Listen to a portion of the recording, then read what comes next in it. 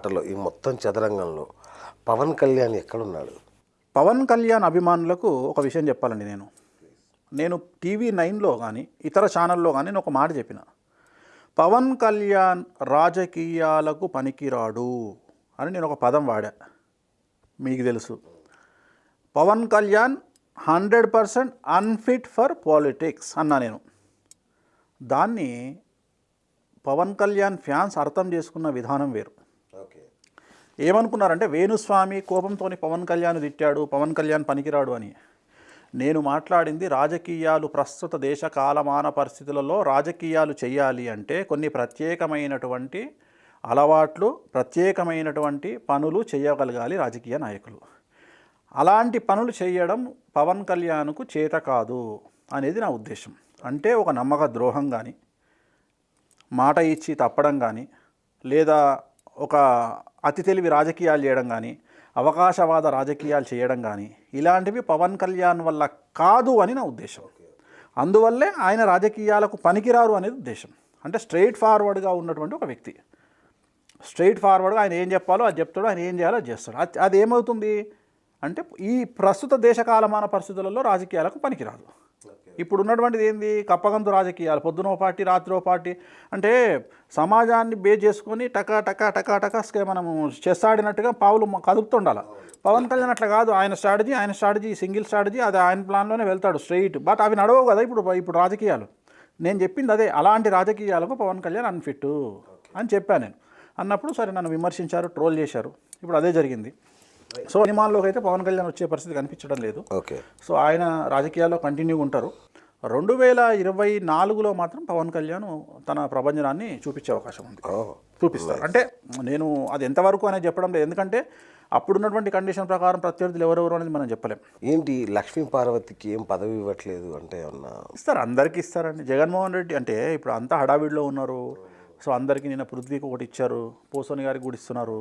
So అందరికీ ఖచ్చితంగా ఎవరెవరైతే వైసీపీ పార్టీలో పనిచేసినారో ఖచ్చితంగా అందరికీ సముచితమైనటువంటి న్యాయాన్ని జగన్మోహన్ రెడ్డి కల్పిస్తారు. మీరు ఆయన బిహేవింగ్ చూస్తున్నారు కాబట్టి ఖచ్చితంగా. సో ఇప్పుడు ఏదో ప్రోగ్రామ్స్ ఉన్నాయి కాబట్టి జెరూసలం US ప్రోగ్రామ్ ఉంది, అది అయిపోయిన తర్వాత మేబీ మెల్లిమెల్లిగా ఇంకా పదవుల పందేరం స్టార్ట్ అవుతుంది. చైర్మన్స్ కూడా స్టార్ట్ అవుతుంది. నాకు తెలిసినటువంటి ప్రియ శిష్యులు కొంతమంది కూడా చాలా కార్పొరేషన్ చైర్మన్స్ వస్తున్నాయి. సో ఉన్నాయి, చాలా బాగానే ఉన్నాయి పోస్టులు. అవును, కానీ ఎంత బాగానే ఉంది కానీ ఏంటి ఈ మధ్య బాలయ్య బాబుని పొగుడుతున్నారు, లేపుతున్నారా ఏంటి? బాలయ్య బాబు గురించి అంటే ఇప్పుడు వ్యక్తిగతమైనటువంటి కొన్ని విషయాలు ఉంటాయండి. నేను మీకు ఒక విషయం చెప్తాను. నేను 95-96 అండి, నాకు ఐడియా లేదు ఇయర్.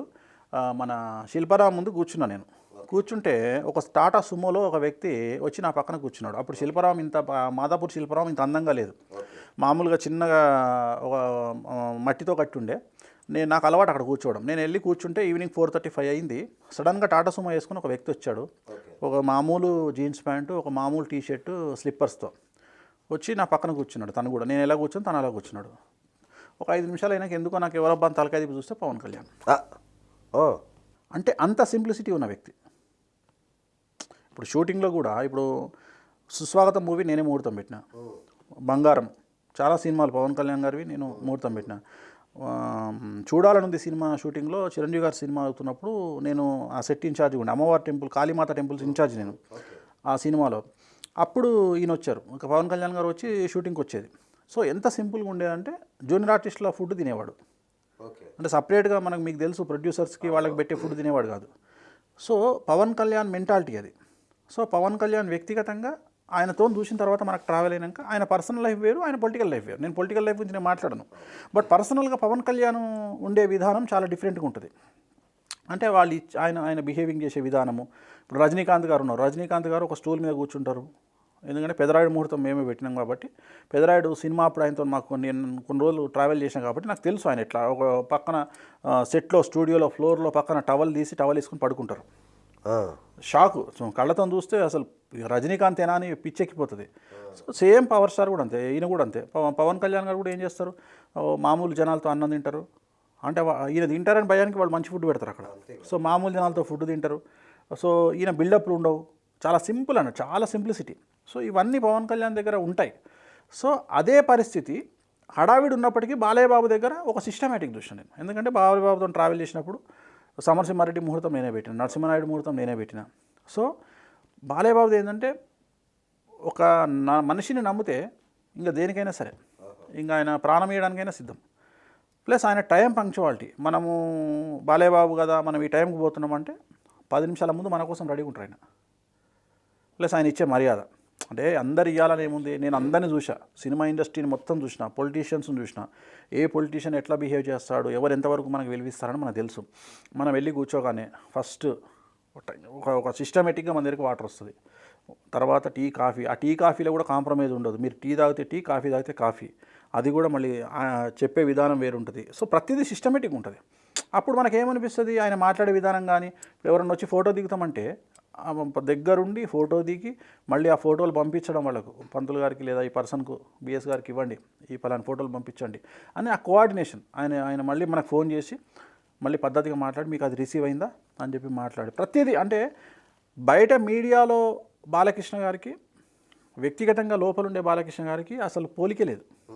సో అందువల్ల నేను ఇప్పుడు చెప్పితేనే కదా, ఇప్పుడు కొంతమందికే ఒక రేంజ్ వరకు వెళ్ళేటువంటి అవకాశం. సో మాకు వ్యక్తిగతంగా లోపలి వరకు వెళ్ళే అవకాశం దొరుకుతుంది. సో వాళ్ళు నిజమైన క్యారెక్టర్ను మేము స్టడీ చేయగలుగుతాం. ఎందుకంటే ప్రతి వ్యక్తి బయటికి వచ్చినప్పుడు ఒక మాస్క్ వేసుకొని వస్తారు. మాస్క్ లేకుండా చూడగలిగింది నేనొక్కడే, అంటే నేనొక్కడే నాలాంటి వాళ్ళు కొంతమంది. సో ఆ మాస్క్ అనేటువంటిది లేకుండా నేను బాలయ్యబాబుని చూశాను కాబట్టి నాకు నచ్చాడు. అదే power star. Same Pawan Kalyan గారు కూడా అంతే. అదే చెప్తున్నా, వాడు వ్యక్తిగతంగా వీళ్ళందరూ చాలా మంచోళ్ళు. ఎవరైతే వ్యక్తిగతంగా మంచోళ్ళు ఉంటారో వాళ్ళందరూ సమాజంలో చెడ్డవాళ్ళుగా భావింపబడతారు. అంతేనా, లేదంటే ఏమన్నా రాజయోగంలో మీరు చెప్తున్నారంటే ఏమన్నా రాజయోగం లాంటిది ఏమన్నా? నేను రాజయోగానికి బెండ్ అయ్యే వ్యక్తినే కాదు, డబ్బుకు బెండ్ అయ్యే వ్యక్తినే కాదు. నాకు ఈ పవరు ఇవన్నీ మనం చూడని కాదు. కోట్ల విజయభాస్కర్ రెడ్డి గారి దగ్గర నుండి, చెన్నారెడ్డి గారి దగ్గర నుండి, అప్పటి నుండి నేను వాళ్ళ గవర్నమెంట్ కార్యక్రమాలు అప్పుడు చిన్న పిల్లోని నేను అప్పటి నుండి నేను చేసేవాడిని. 1994 చంద్రబాబు నాయుడు గారిని ఫైనాన్స్ మినిస్టర్గా సెక్రటరీలో కూర్చోబెట్టాను నేను. అప్పటి ఈనాడు పేపర్లు ఉంటే చూడండి మీకు అనిపిస్తుంది. 2004లో సీఎంగా మనమే కూర్చోబెట్టినాం, 1998లో సీఎంగా కూర్చోబెట్టినాము. సో 2004 వరకు ఆయన చేసే కార్యక్రమాలు ఆల్మోస్ట్ ఆల్ మన పేపర్లలో నా ఫోటో ఉంటుంది. సో ఇవాళ కొత్తగా నేను స్టార్డమ్ను చూసి, లేకపోతే వీళ్ళెవరిని చూసి 11 మంది గన్మెన్లు చిరంజీవి గారికి ఉండేవాళ్ళు గరణమూడు. అప్పుడు ఆయన నడుచుకుంటూ వస్తుంటే చుట్టూ 11 మంది గన్మెన్లు ఉండేవాళ్ళు చిరంజీవి గారికి. గరణమూడు ఓపెనింగ్ మేమే చేసినాము. బాలయ్యబాబు ముద్దుల మామయ్య, బాలగోపాలుడు సినిమా అప్పుడు మీరు నమ్మరు, ఆయన వెనకాల ఒక డీసీఎం నిండా కమాండోస్ వచ్చేవాళ్ళు. పెద్ద ఆయన సీఎం ఎన్టీఆర్ గారు. ఇంకా అంతకంటే గొప్పతనం ఏముంది? అంత సెక్యూరిటీ ఉన్న ఒక్క హీరో పేరు చెప్పండి నాకు ఇప్పుడు. లేదు. మన మేడ్చల్ దాటినాక దొంతి అని ఒక విలేజ్ ఉంటుంది. బాలగోపాలుడు సినిమా షూటింగ్ అవుతుంది. అక్కడ బాలయ్యబాబుతో పాటు వచ్చినటువంటి ఒక డీసీఎం నుండి వచ్చారండి గన్మెన్లు. ఒక డీసీఎం నుండి, అప్పుడు పెద్ద సీఎం. అంటే ఒక హీరో అంతమంది సెక్యూరిటీ. అతని దగ్గరికి వెళ్ళాలంటే మీకు ఎంత రీచ్ ఉంటుంది?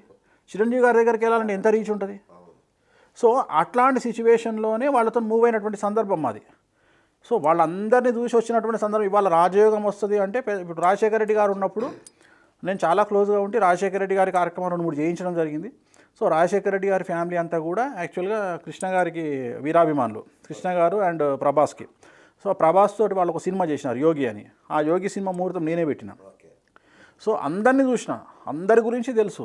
వీళ్ళని ఏదో రాజయోగాలు ఉన్నాయని వాళ్ళని ఎత్తడం వల్ల నాకు వచ్చే లాభం ఏం లేదు. ఎందుకంటే ప్రిన్స్ మహేష్ బాబు గురించి చెప్పండి. మహేష్ బాబు జీవితాన్ని మనము కొద్దిగా డిఫరెంట్ యాంగిల్లో చూడాల్సి వస్తుంది. ఎందుకంటే వివాహం తర్వాత, వివాహం ముందు అని చూడాల్సి వస్తుంది. వివాహం ముందు ఉన్నటువంటి మహేష్ బాబు పరిస్థితి వేరు, వివాహం తర్వాత మహేష్ బాబు పరిస్థితి వేరు. ఎందుకంటే ఆయన అందరికీ అందుబాటులో ఉండే పరిస్థితి లేదు ఇప్పుడు. వివాహానికి ముందు ఇదే మహేష్ బాబు గారితో నేను పద్మాలయ స్టూడియోలో ఒక ప్రోగ్రామ్ చేయించి తన కెరియర్ కోసం నా సొంత డబ్బులు ఖర్చు పెట్టుకొని ఆయన సినిమా ఇండస్ట్రీలో చాలా మంచి పొజిషన్కి రావాలని నేను నా ఓన్గా పూజ చేయించిన. సబ్స్క్రైబ్ చేయండి. Please do subscribe to. Please like, share and subscribe to top Telugu TV. Top Telugu TV. Top Telugu TV.